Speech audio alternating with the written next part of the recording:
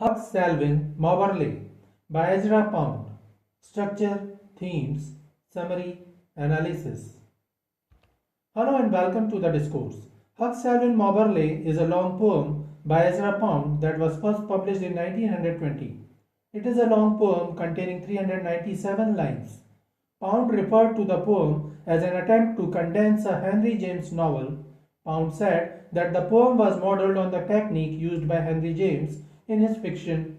It presents its subject through the medium of a character's mind or voice, a center of consciousness that assesses the subject in question. The poem consists of 18 short poems that can be treated as sections. The poem is written in past tense and is narrated from a third-person omniscient perspective. The poem is an autobiographical content in which Ezra Pound discusses his own life, failure, and success as a writer and his views on arts, literature, modernism, and other historical prospects and events. Some critics have mentioned Hugh Selwyn Mauberley as a quintessential autobiography. Pound reached London in August 1908 and began working there. After finishing Hugh Selwyn Mauberley, he swiftly left England. In the poem, Pound introduces E.P. and Hugh Selwyn Mauberley as fictional characters who appear to be his own alter egos. E.P. and Mauberley can be thought of as different versions of Pound. Part 2 explores Mauberley's psychological experience as a poet. Structure of Hugh Selwyn Mauberley. The whole poem is divided into two parts. The first part contains 13 sections that can be treated as short poems or stanzas. Part 1 of the poem follows Pound's alter ego, E.P., around London and Paris as he engages in conversations about writing and gaining recognition for poetry. The poem is in the form of a dramatic monologue, a form which Pound borrowed from Robert Browning and then later adapted and described as a dramatic lyric. The title of the first section is E.P. Ode pour l'élection de son sépulcre. E.P. ode for the choice of his tomb. The next four sections, 2nd to 5th, are titled as Roman numerals. The 6th through 9th sections of Hugh Selwyn Mauberley are named with capitalized phrases and names rather than numerals. In these sections, Pound offers a brief overview of British culture as he found it when he arrived in London in 1908. Sections 10, 11 and 12 sections are again titled with Roman numerals. The 13th section is titled Envoy, which represents the end of the first part. Generally, envoy is a stanza or a set of stanzas at the end of the poem.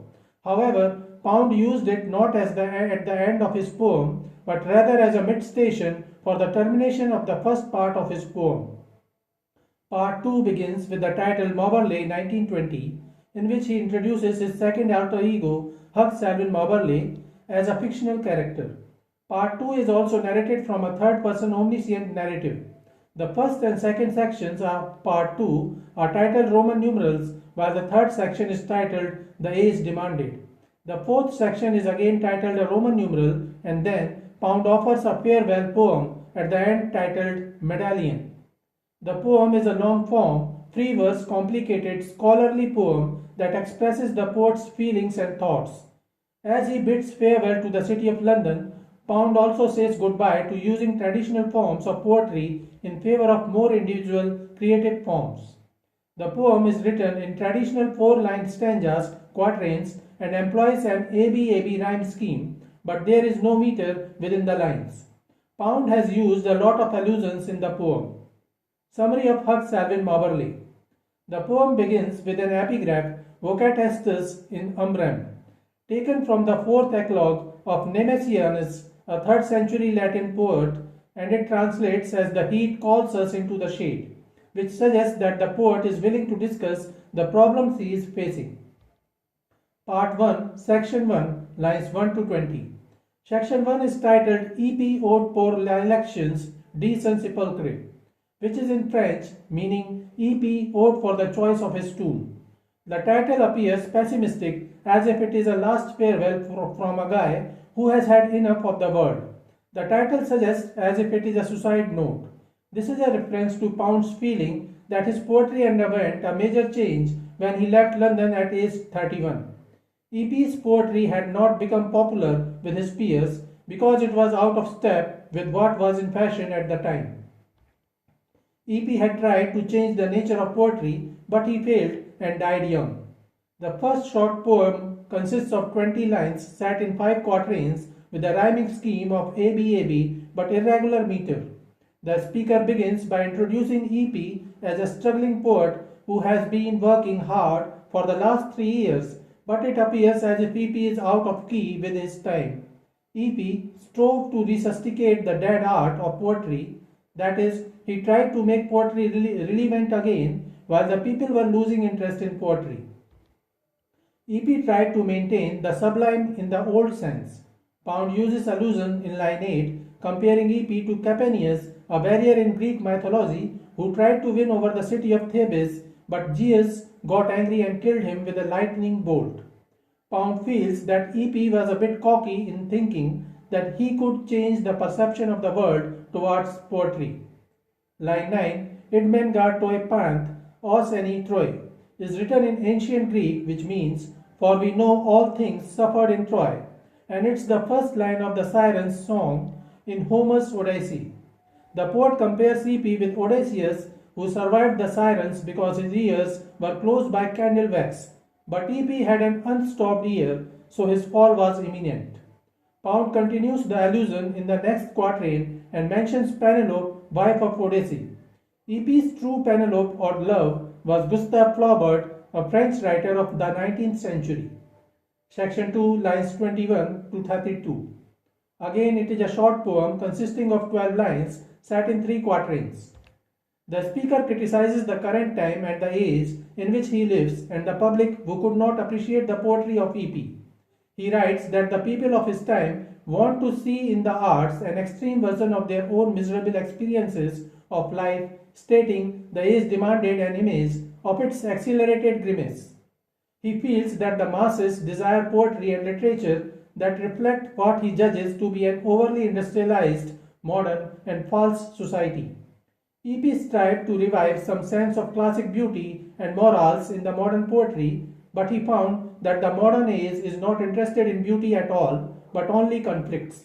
The modern age demands an image of its accelerated grimace. The modern world doesn't care about anything that tries to make people think deeply about their lives. Rather, they prefer better mendacities or lies and thus ignore the truth. Section 3, lines 33 to 60.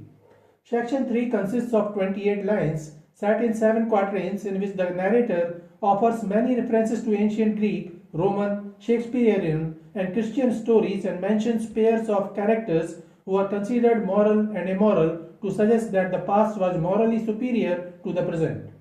The poem comments on modern society's lack of quality and morals. While the arts and religion once led society in meaningful ways, Pound feels that his own society is characterized by a tawdry cheapness. E.P. lacks a god, man or hero at a time when leadership is sorely needed. In quatrain 1, line 36, Pound mentions Sappho's Barbitos. Barbitos means poems. Sappho was a 6th century BCE poet. The narrator suggests Sappho as a model of classic poetic beauty. In the next stanza, the narrator complains that true passion isn't appreciated in the modern world.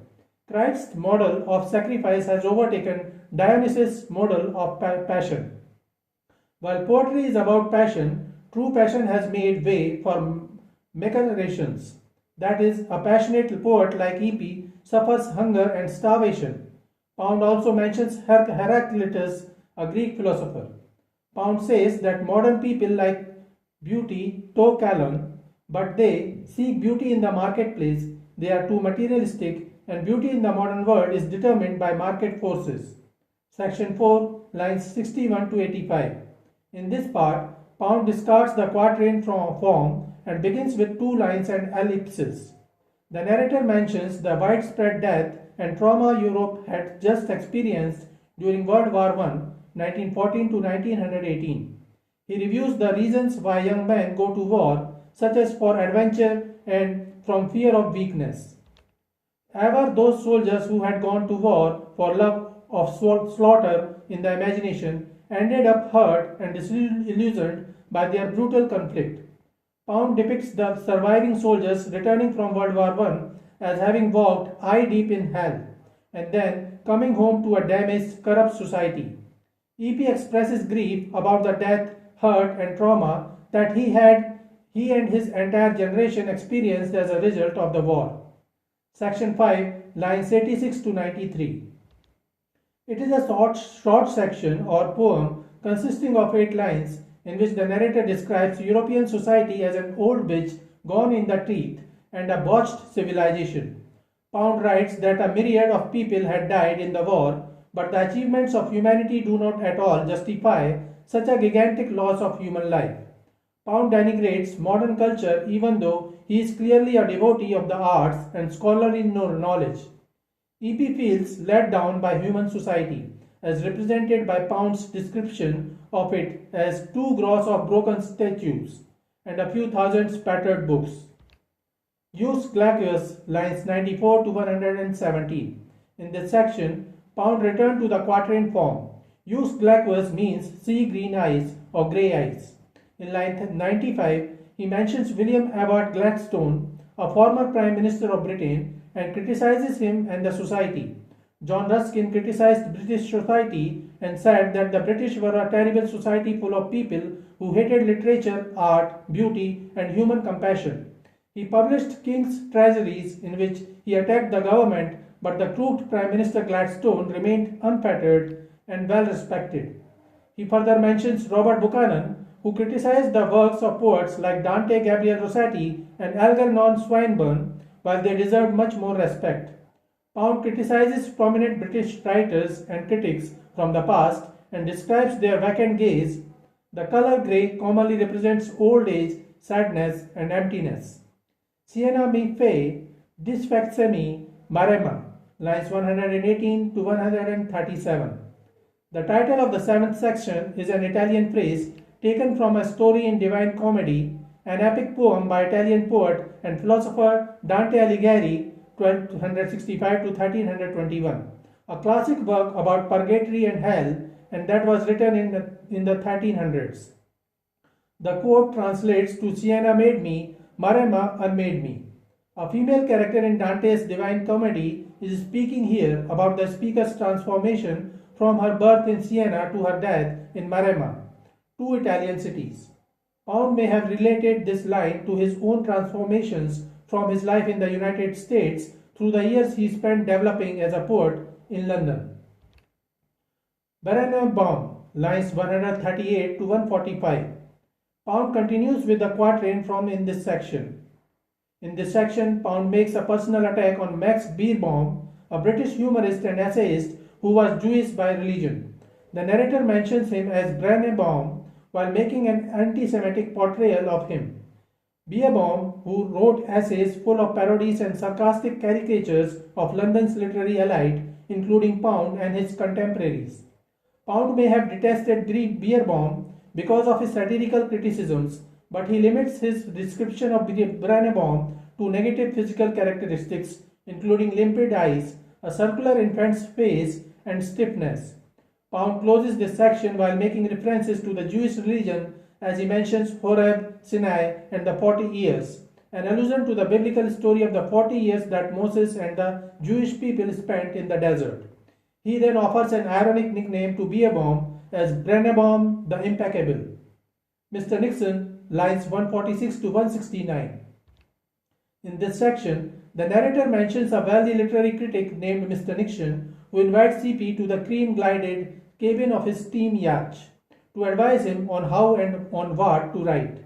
Mr. Nixon says that EP must concentrate only on what the reviewers will say about his work. He asserts that the reviewers have no knowledge of good art or good writing, but they are influential. Mr. Nixon says that without the help of the reviewers, there is no money to be made as a writer. He advises whenever you write something, make sure that the person you are writing for is the person who is going to review your book. He says that the main struggle for the writers is to gain the attention and approval of the reviewers. He mentions Mr. Dunas as one of the toughest reviewers and advises EP to sell his pen to attain success. Mr. Nixon advises EP to quit writing poetry and verses as there is no value in it, or it will earn no money for EP. The narrator then ends the discussion of Mr. Nixon with three dots and mentions a friend of Blogram who advised the same to him. Blogram is a character from Robert Browning's poem Bishop Blogram's Apology, section 10, lines 170 to 181. Ezra Pound again returned to Roman numerals for the title of the sections of his long poem Hugh Selwyn Mauberley. In section 10, the narrator tells about the stylist, an idealized artist who is unpaid, uncelebrated, but content and close to nature. The stylist offers succulent cooking and enjoys his placid and uneducated mistress. Pound seems to say that this simple man has more pleasure and peace in his life than most of the more refined members of society he describes in the poem. Section 11, lines 182 to 189. In this section, Pound again praises the ancient past while criticizing the present time and behavior of people. To do so, he makes reference to a conservatrix, a woman who guards and keeps things safe. Pound is not a fan of modern women. Pound says it's an exaggeration to compare any modern woman with one from the world of ancient Greece. The reason for this is that modern women are no longer have the instincts these ancient women once had. Instead, all they have are the instincts and behaviors that their grandmothers told them would fit their station or be appropriate for their social class. Section 12, lines 190 to 217. In this section, Pound portrays London's wealthy women of the time who ran literary gatherings of people in their homes to discuss and enjoy literature, music, and ideas. The Lady Valentine is a stand-in for such women. EP portrays her as materialistic and vain. Pound seems to imply that these women know little about the poetry they enjoy and sometimes financially sponsor. He refers to London as a city in which the sale of half-hose has long since superseded the cultivation of Pierian roses.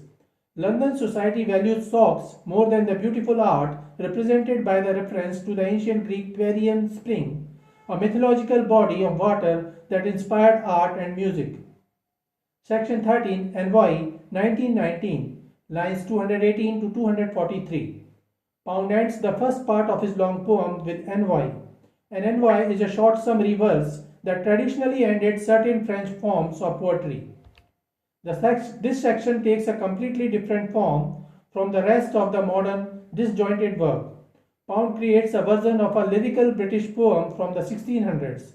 Pound uses an old-fashioned poetic style to reflect on the passage of time, life, death, and art.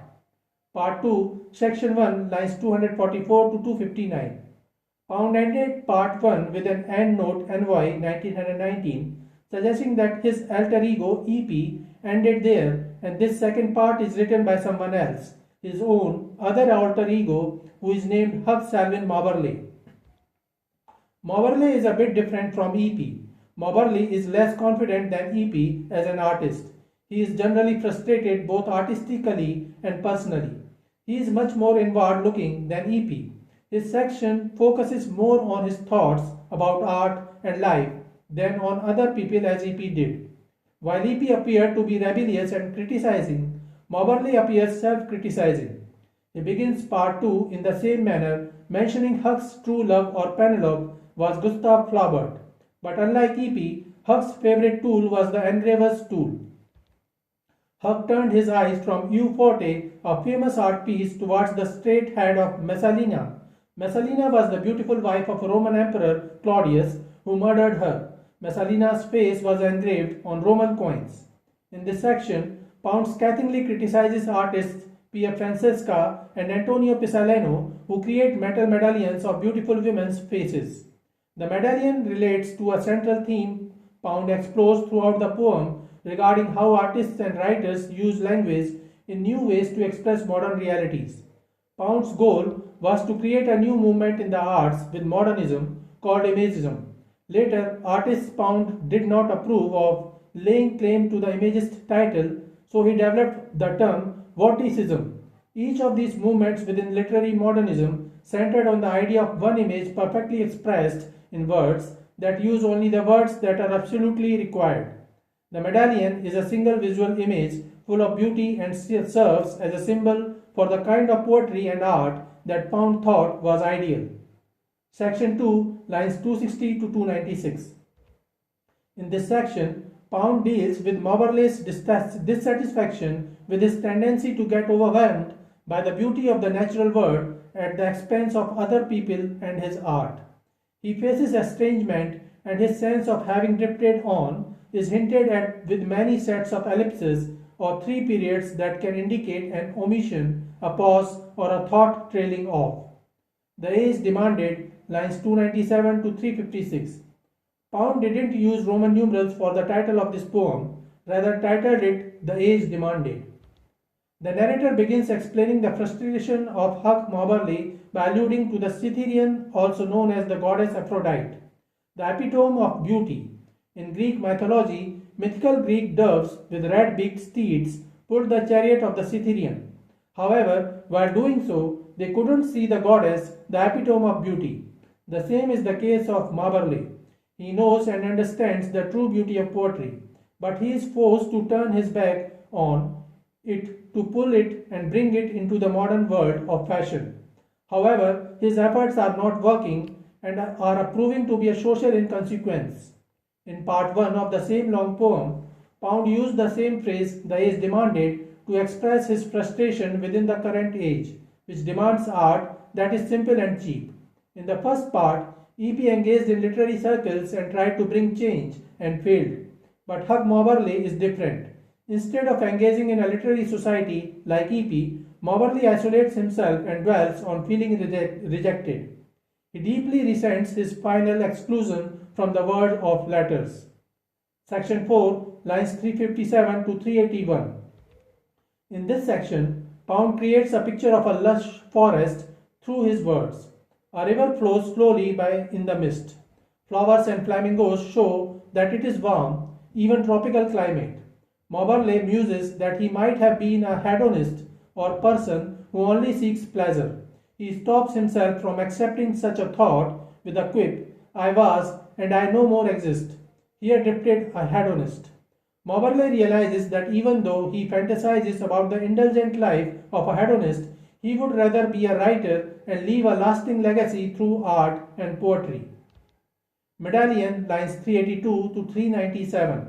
In the last section, Pound returns to the allusion to the engraver's tools and medallion makers that he discussed at the beginning of part 2. Pound describes the eternal beauty of the woman's face that the ancient Greek medallion maker portrays in the metal. The medallion captures a single beautiful moment in time. Pound hopes to create poetry that is lasting and meaningful through the ages like the medallion. So this is it for today. We will continue to discuss the history of American English literature. Please stay connected with the discourse. Thanks and regards.